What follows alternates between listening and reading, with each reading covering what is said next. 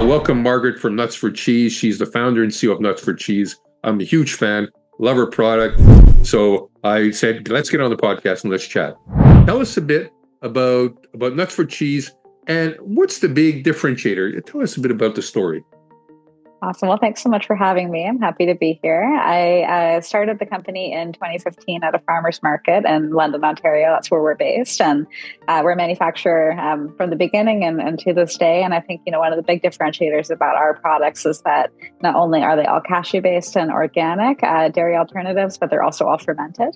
And so we have really high quality natural ingredients that make a really nice premium product that have great gut health benefits and make people feel good, but also contribute to, a way of eating that people, want to follow, but also don't feel like they're having to give anything up. I became vegan when I was about 19. And during my undergrad, I was working as a chef at a vegan restaurant in London, Ontario. I did my undergrad at Western and started developing these recipes for vegan cheeses for the menu there because there wasn't really any high quality dairy-free cheeses that were widely available. My passion was culinary arts and I love sharing good food with people. And so I started making my own products. One thing you've made some tremendous strides is breaking into the U.S. market. And that's an area that challenges a lot of people.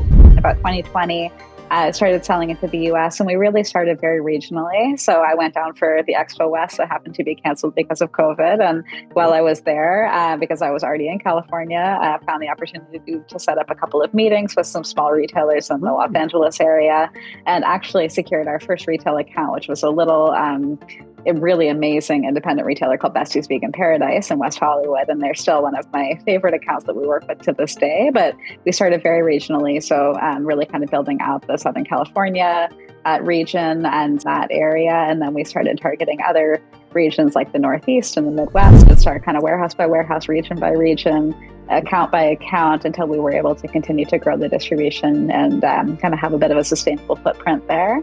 And I think coming from Canada, some of the biggest challenges, especially with a refrigerated product, can be freight and, setting up your brokerage structure when you're a regional brand and you're trying to grow into a national brand. You really have to kind of set up the right sales support structure if you're not based in the US. We've seen a lot of success on the US side of the business, and we're now actually the number one brand driving growth in our category in the US natural channel, and we're the number two natural channel vegan cheese brand in our category. And so we've seen a lot of great growth, and it's become a really sizable part of our business.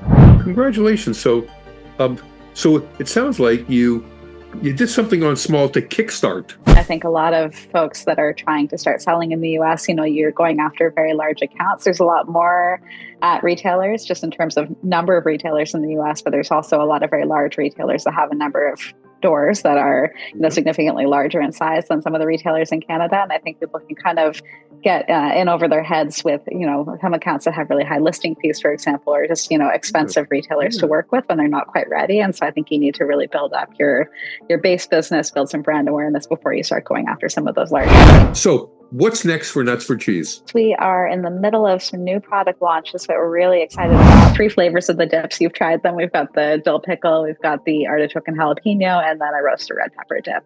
And they're all organic, all probiotic rich, and super creamy and delicious. Thank you so much for coming on. It was great having you. Yeah. Thanks so much for having me.